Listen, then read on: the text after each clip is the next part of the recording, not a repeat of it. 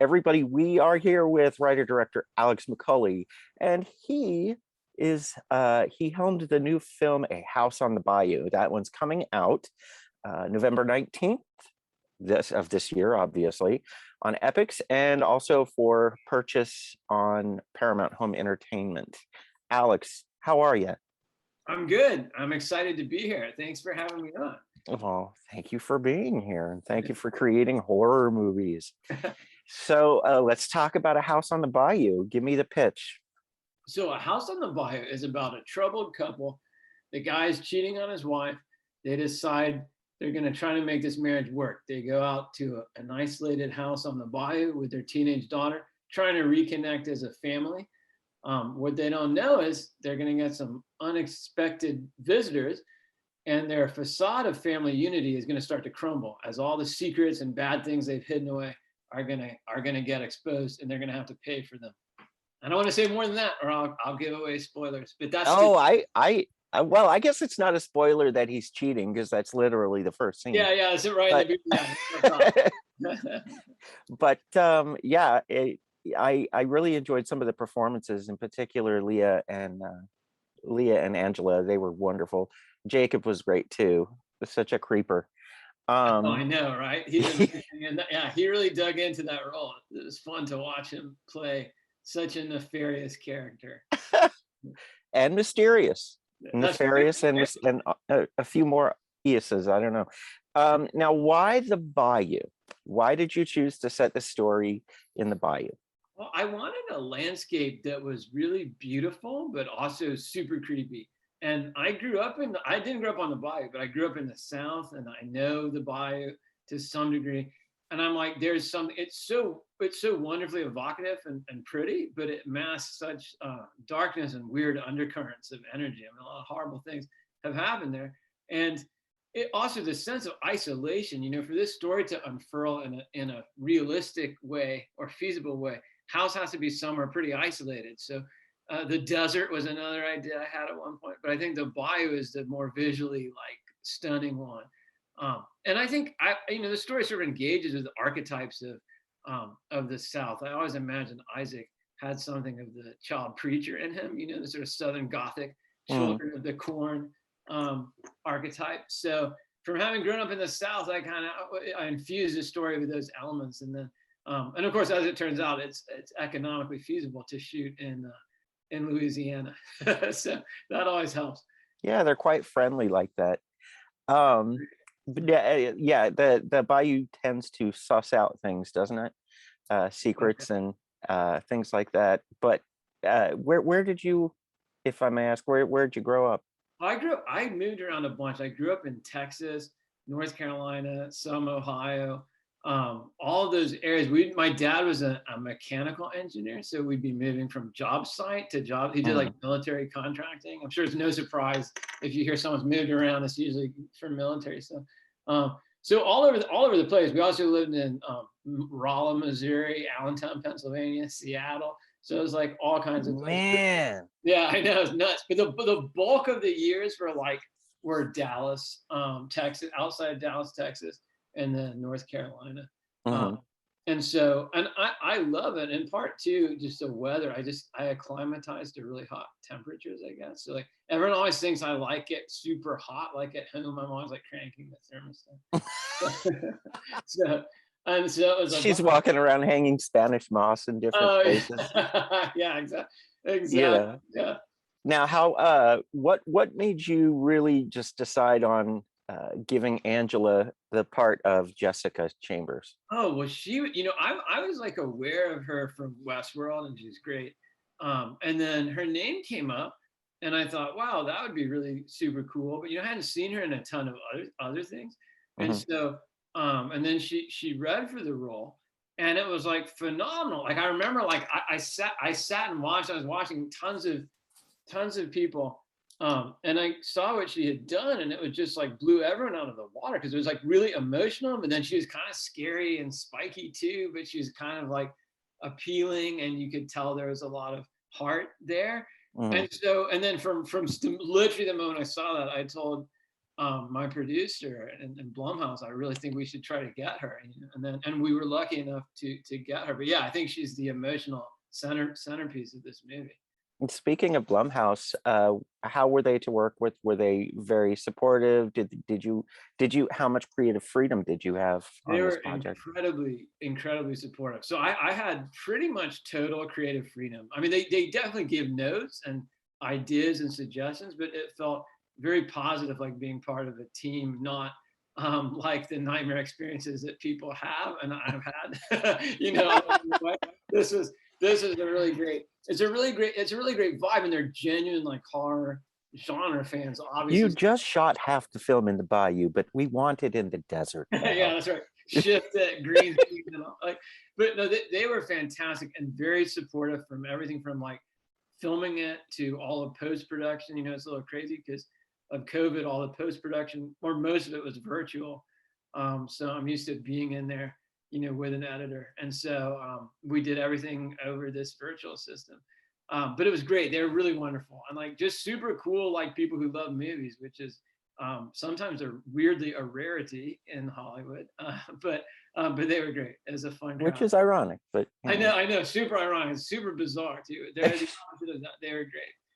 Did you you mentioned that they were big film people and horror fans, obviously Blumhouse, but are you a horror person? And if so, what movies influenced this? Well, I love the classic John Carpenter movies. So it was like, oh, well, tell me who doesn't. I mean, right? Like it's like growing up, that's sort of what I discovered. Like I would, I grew up in an era where it's like Blockbuster and Hollywood Video, and our and that was a thing, man. That was a thing. It's a tradition. Like our local supermarket even had had a movie, like a VHS. Yeah. Like so, those are sort of like the first horror, like Alfred Hitchcock movies, and like those early. I remember when like The Thing, finding like the John Carpenter's The Thing on video, as a relatively young kid, and then I remember going to see like They Live in the movie theater with friends, in like middle school or probably school, like late 80s, and like you bought tickets to 101 Dalmatians. And then yeah.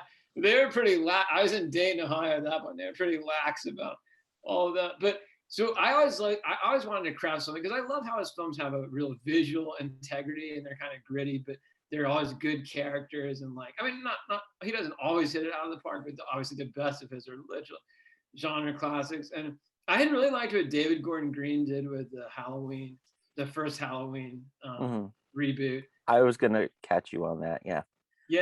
Like, so I had yeah. And David was, I had worked for David on this show Eastbound and Down. Oh yeah, I know that show. And like, yeah, that's how I met the guy who scored this movie, Joey Stevens. I met him on the set and we became friends. And nice. He's scoring The Righteous Gemstones on HBO. And cool. Did this film. But yeah, so horror for me, and I always like horror novels, like the Dean Koontz, Stephen King, like all of those growing up.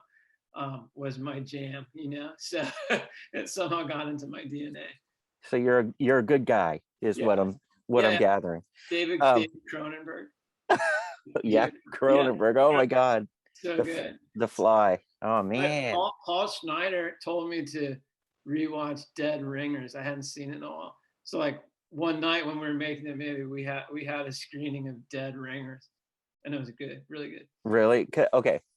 Disclosure, I have not seen Dead Ringers because excellent. Like, when it came out, it was like not exactly well received. What's it? Yeah, it's like Dead Ringers. It's like Jeremy Irons. Who's like where he. Yeah. Amazing, because he's like, you just see it as two different people. Like it's. I can't compute that that's the same actor. It's like he did the whole movie, and then it was like then he'd have to switch and do the other character. It was nuts. But it's it was Klaus von Bülow, So yeah. I know. So, yeah. That's oh my gosh, I totally forgot Reverse Those Fortunes. That's a very good movie too. Yeah, he got an Oscar for that one. He did. He should have gone for Dead Ringers, but I don't think they were going to reward. No, they don't even. The Academy's never nice to horror. Horror. It sucks. It's a bummer, man, because horror is easily it's the most flexible genre. You can have a horror comedy, horror drama, you can have a horror romance, you can and to me, that's what draws me to this genre. I don't know if that's Absolutely. All the things I was rewatching Us, the Jordan Peele movie recently. God, I love that film. So right, it's so good. And it's like, yeah, there's so many things that he talks about and so many themes it touches upon, but within the context of like a horror genre film is amazing. Oh yeah, totally. And you know what? I'll even say that I liked it better than Get Out. Oh, I actually did too. I thought because it was so bonkers. It was like, what? Oh yeah, I'd never seen anything. I mean, I love Get Out, but I had never seen anything like Us. I had no idea where it was headed or what it was. I'd never seen like the family stalking the family in the double world. Amazing. I at a certain point I was like, okay, who cleans up after the rabbits? And then I was like, if I'm buying that there's an underworld, I can forget about rabbit poop. Oh yeah, the rabbits are amazing. I love those like surreal flourishes. Yeah, so very cool. Well, what like do you have any advice for other up and coming writer directors who are just plugging along, coming out of the pandemic?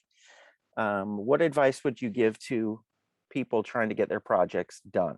I would say for anyone who's writing stuff and wants to direct, definitely like stick to it and demand that you direct it, because I mean I sort of got into directing just because I wanted to protect my own scripts, so it was like the movie before this I'd written this script called Don't Tell a Soul, and it got like people really liked it and wanted to make it, including some well-known people, and I used that as leverage to be able to direct it myself. I was like, no, I'll take way less money and do it on a shoestring if I can direct it.